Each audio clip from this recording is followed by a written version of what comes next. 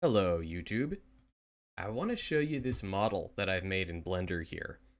This is for my tabletop game, Sundogs.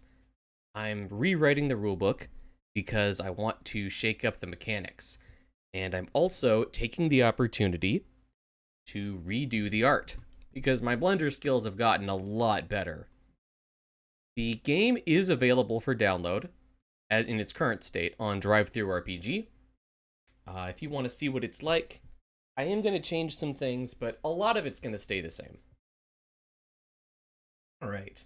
I've written a little outline here so I can hopefully get this done. This will be my last take if I do everything right. So I've been working on Sundogs since early 2019, I think, around the same time that Evangelion went on Netflix. The gimmick of the game is that, well, it's a mecha game, right? But the gimmick is that the mechas are also fighter jets. Like this plane here, the Falx, is also... Go to the animation tab, pose library. Boom. Can stand up on two legs. It's also a mecha. Look at that. Look at that. Look at that. This hanger is kind of in the way here. I made it for scale and as a backdrop for some renders, which are on my Twitter, but I might slip into the video too if I have a chance. I don't know. I'm going to disable it for now. Go to hanger. Hide that. There we go. Oh, Dave, my roommate, is also here for scale. We're going to hide him as well. I'm in pose mode, so disable that. Go to object. Now look at this. Under dimensions here, you can see the exact size of this object. It is, on the y-axis, 26.2 meters long. On the x-axis, 25.1 meters wide. And on the z-axis, just under 5 meters tall. So it's pretty big for a fighter jet. It's pretty big. I'm okay with that.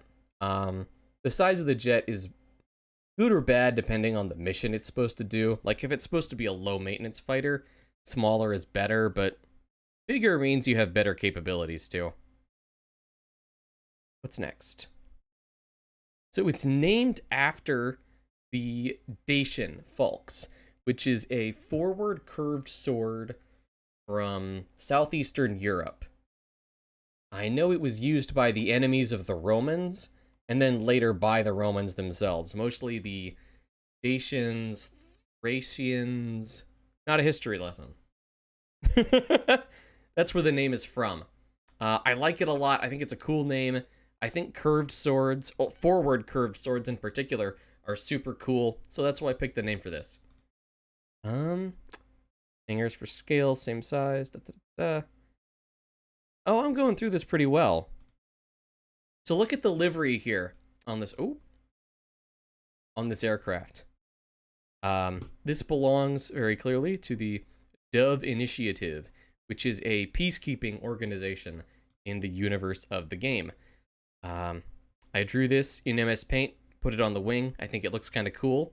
It doesn't mean anything in particular. Here is the Dove's logo. A bird, the silhouette of a dove against a poppy. It's a little bit hard to tell what flower that is because the colors are really gray, but it's a poppy. And another standout feature of the plane here is the canopy. Look at this. There's no transparent part here. There's no glass. Ooh. It's all sensors, little cameras, other sorts of sensors there. The setting of the game takes place in the year 2170, so about 150 years in the future. Excuse me. Pilots in the game control their aircraft directly with their brains. Somewhere in here, you get. Oh, wait a minute. Here, where's Dave? Your pilot is in here, roughly, and is plugged directly into the aircraft. Through their helmet, so they're controlling the aircraft directly with their brains.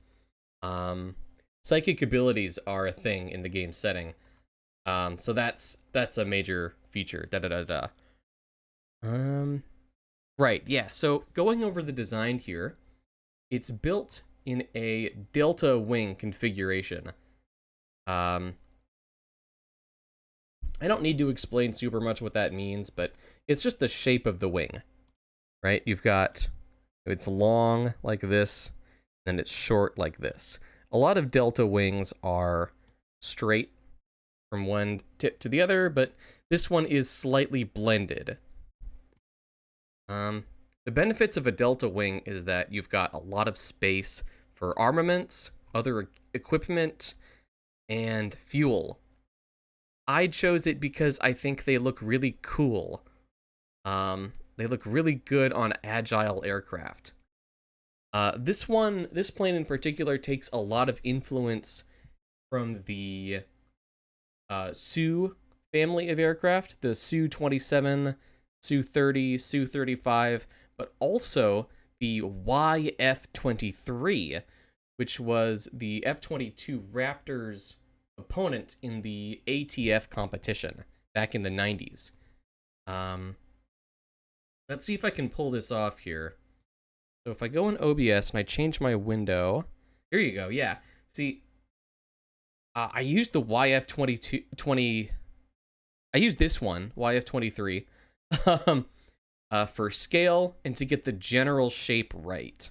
But the canards and the overall wing shape is partly from the Su family.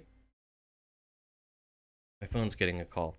But also, you know, it's also kind of got some similarities to the Rafale, the Eurofighter Typhoon, the Mirage. There's a lot of different airplanes that contribute a little bit of DNA to this. But yeah, you can see that it's about the same length and the same height as the YF-23, but the wingspan is a lot greater. Got this extra wingspan here. So it's not exactly the same, but yeah, the height is very similar. The length is very similar too. All right, make sure you do this right. There you go, that should be good. What's next on my list? The canards, yeah. So, canards, canards, whatever.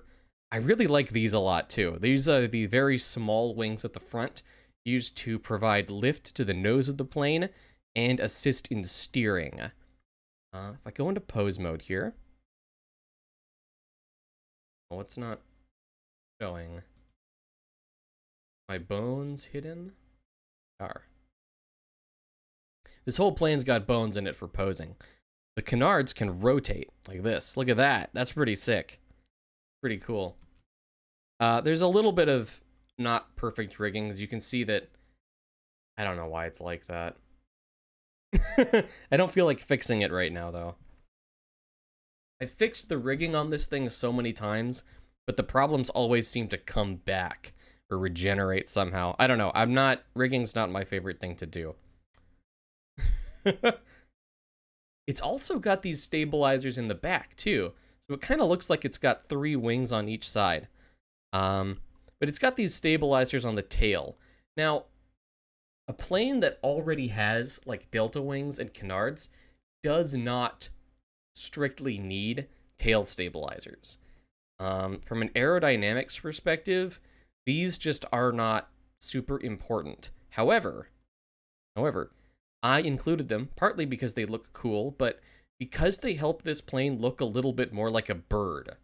You know, like a corvid or a dove or something like that, has this big, wide tail in the back. And you don't really have that without putting a tail on the airplane. That visual motif is important to me, especially on this aircraft. Erase this. Hide the bones again. The air intakes are also a pretty striking feature. Usually you don't do this. You don't have an air intakes on the top or on the bottom, or both at once, really. Usually, like almost always, the air intakes are on the sides of the aircraft.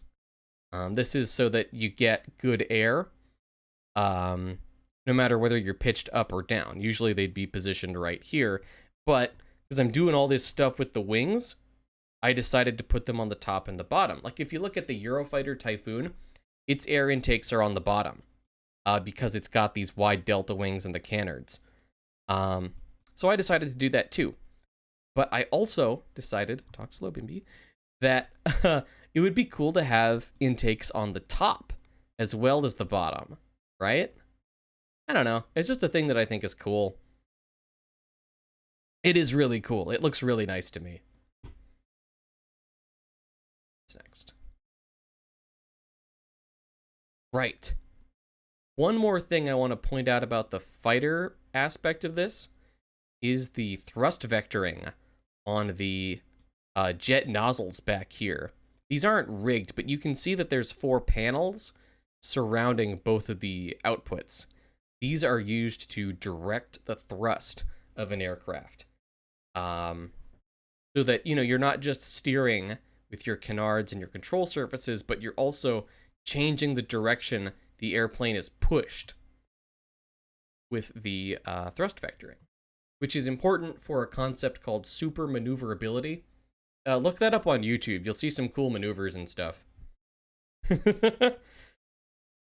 And you can also see these auxiliary thrusters here. They're pointing down right now. They've got air intakes facing up through this gap between the wing and the fuselage, and they've got their outputs down here. I don't think these would be strong enough to lift the airplane right up off the ground for vertical takeoff, but they would definitely help in a short takeoff. You could get off the ground real fast with these. Shouldn't be panning the model so much. What's next? Right, so now we're going to cover sunset mode. I've already forgotten if I showed this off earlier. I'm real goldfish brain today. If I do this, you can see that it is also a mecha. Look at that. I hope I showed this off in the hangar. If I do this, oh, we gotta hide a couple things here. You can see how it stands up against this backdrop. That's why the hangar is so tall, so it can stand up comfortably. I think that's pretty cool. Doesn't that look pretty cool? Pan around here. Look at that. I think that's sick. I'm very proud of this. I like it a lot. I've spent a lot of time working on this model on and off. The VTuber stuff and the Chonky stuff has taken a lot of time that would have gone into this project, but overall, I think it definitely survived having that time taken away from it. I don't know if it benefited or not, but it definitely made it through. Let's turn on the bones here, and I will just demonstrate the posing a little bit. It's got these reverse joint legs. Like most birds, most dinosaurs, I think maybe all dinosaurs? Maybe all dinosaurs would have had reverse joint legs? I don't know. I'm using that term because that's what they're called in Armored Core, another mecha series that I like a lot. If I go into pose mode here, make sure symmetry is turned off, you can kind of see how it would walk around a little bit. You know, top leg moves like that, bottom leg moves like that. I got this pose right sort of spontaneously the last take that I did. Be like, ignore the clipping. I'm just kind of, oh, this is supposed to be lifted up. That. But ignore the clipping. I'm just doing this as a quick demonstration. The legs would move roughly like that. That's not the pose I wanted, but, you know. It would walk the same way that a bird does, roughly. Got a joint here. See the the auxiliary thrusters are positioned differently here.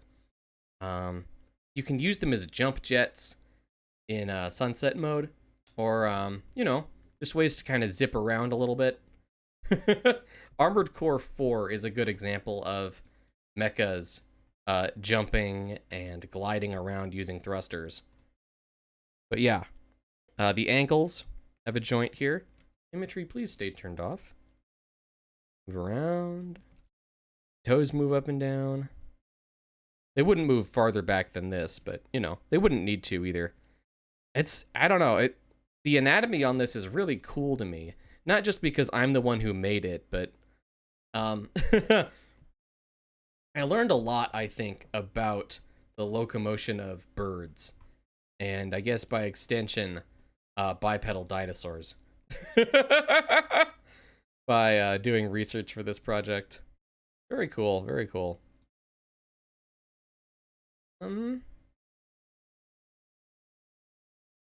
Stay focused, stay focused. Right, the wings have joints in them too. Now, realistically, they'd only move on this axis here. But look at that. See? They've even got a wheel there to show, you know, this moves like this. This axis moves as well. Oh, well, not exactly like that, but, you know, you can see that there's this cylinder here that works like an axle. Not exactly like that. It's kind of hard to do when the gizmo doesn't move with your object. I don't know. You can see what I mean. Stay in pose mode real quick. And all. And here's a view of the plane with its landing gear folded up. You can see how the wheels fold up into these pod shapes on the sides. And, you know, this panel here would move for the center wheel. It's a really cool design, I think. I think it's really nice. You might think, you know, that this could be smoother, you know, that instead of this being several different boom shapes attached to each other, it'd be better if it was like one long cylinder for stealth reasons or whatever. And yeah, that's probably technically true, but this wasn't designed as a stealth jet first, because stealth is kind of not a thing in the setting. Warfare is much more psionic than it is... Well, I mean, psionics and psychic powers are like, it is a part of technology, but, you know, radar isn't as important, you know? And radar absorbing materials are just as important as the actual shape of a plane. Anyways, style is very important, and in some cases it's more important than the exact shape of the plane, because it's got to look cool. It's got to be visually satisfying to design and to look at. And I think this one achieved that. I'm done working on it also. I'm not allowed to touch this and do anything more with it. It has to just be what it is. I might fix the rigging later when I got to take more pictures of it, but for now, it is what it is, and I'm very happy with it. Yeah, thank you for watching. Again, Sundogs is on DriveThruRPG. There's probably a link in the video description. I think there usually is, but you'll find it if you want to find it. I'd appreciate it if you took a look at that. Anyways, I don't know. Thank you for watching. Feel free to leave a comment if you have a question or anything about this model. Okay, bye-bye.